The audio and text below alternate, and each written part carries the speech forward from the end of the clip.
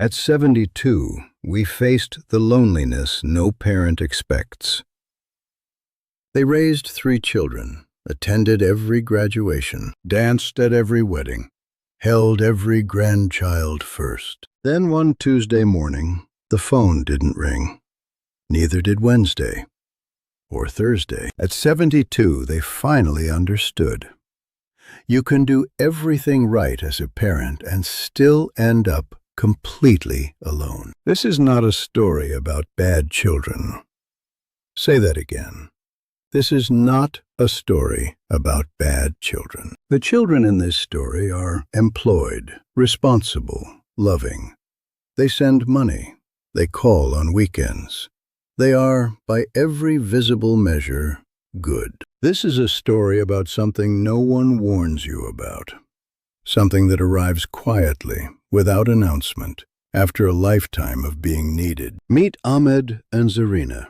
Karachi, married 48 years, retired school teacher and engineer. 3 children, all raised well, all launched successfully into the world. That was the plan. That was the victory. Nobody told them what victory would feel like from the inside. There is a term psychologists use, ambiguous loss. It describes grief for someone still alive, someone who still loves you, someone who is simply unreachable in your daily life. Ahmed and Zarina's youngest left for Canada in 2019. Not estranged, not angry, just gone into his own life, his own time zone. The eldest is in Lahore, busy. The middle one is 20 minutes away.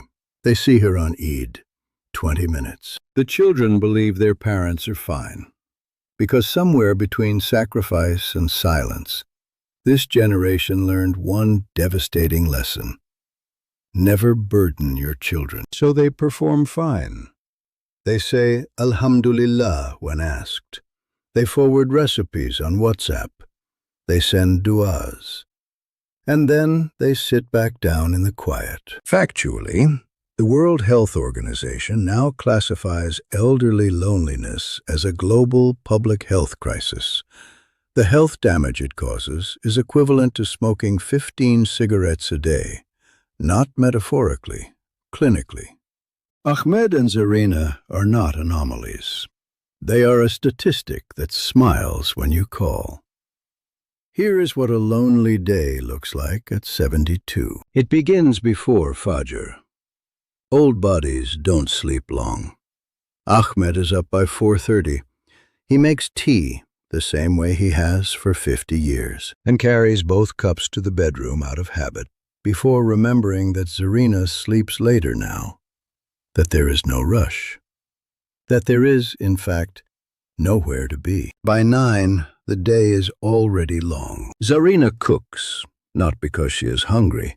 Portions have been shrinking for years, but because the kitchen is the one place where her hands still know what to do. She cooks as if someone is coming. Often, no one does. The WhatsApp family group is active. There are good morning messages, hadith reminders, a video of the grandchildren laughing at something off-screen.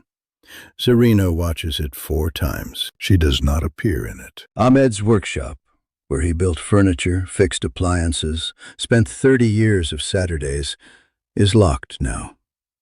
His knees made that decision 2 years ago.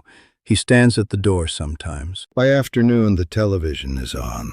Not watched, present.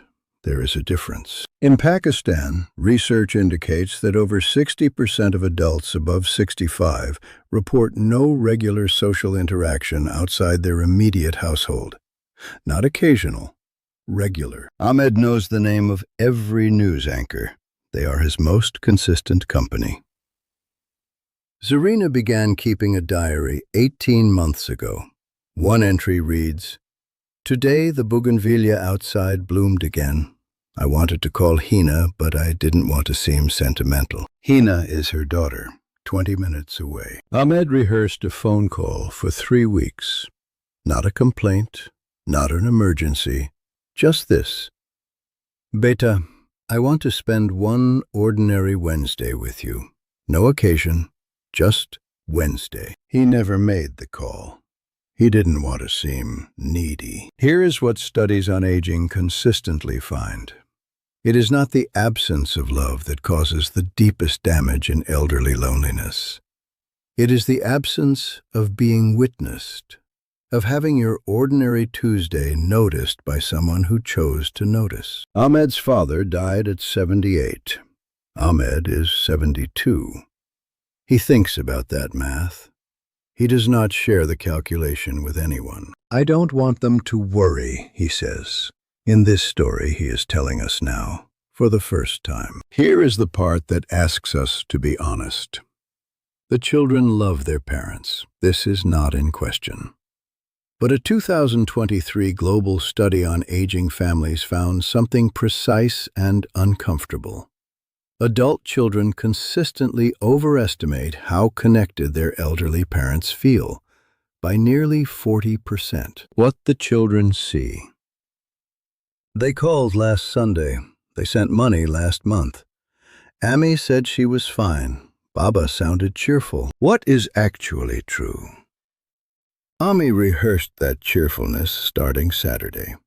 Baba has been saving up small stories to tell, just to have something to say when the call came. This is the gap. Not cruelty, not neglect.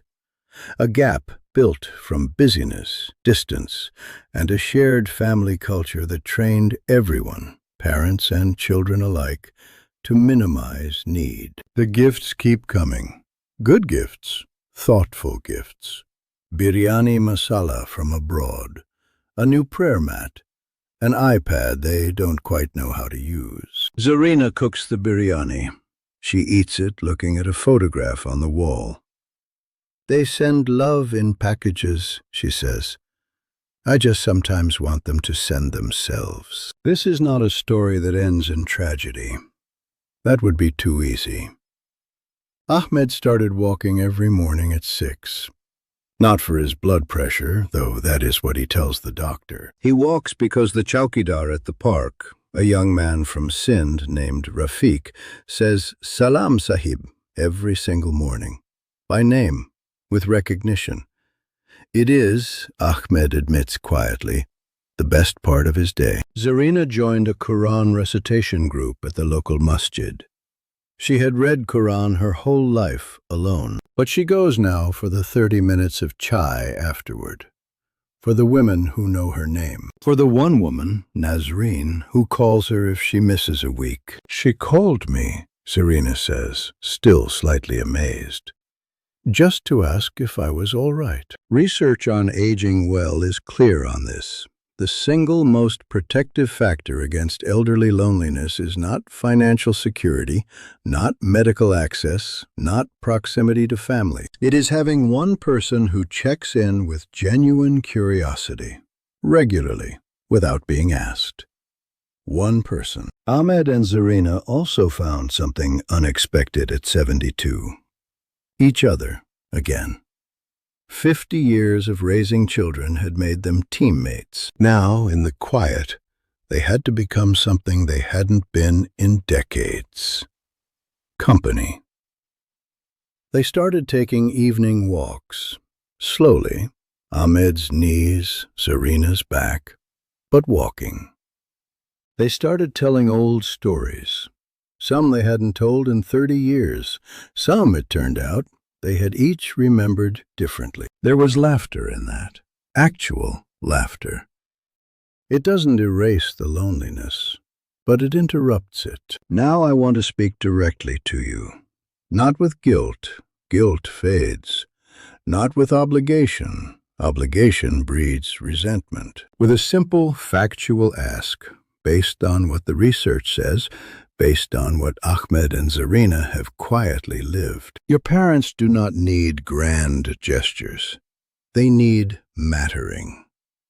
Psychologists have a specific term for it, the human need to feel that your existence registers with someone. After a lifetime of mattering enormously, many parents, quietly, in their 70s, begin to feel that they have stopped mattering to anyone.